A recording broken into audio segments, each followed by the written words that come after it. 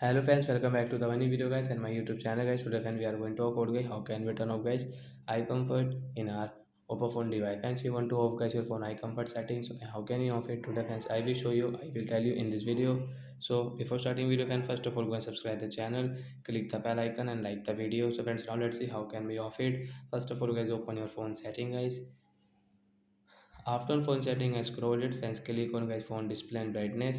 So when we will click on phone display and brightness setting, guys tap here and scroll it. Eye comfort setting is tap on eye comfort.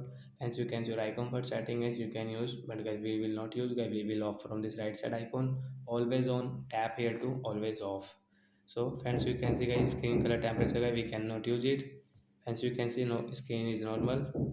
So like that guys you can off guys your phone eye comfort settings. So that's it guys, thanks for watching the video. I hope friends you have understood how to off eye comfort in oppo phone device. So bye friends.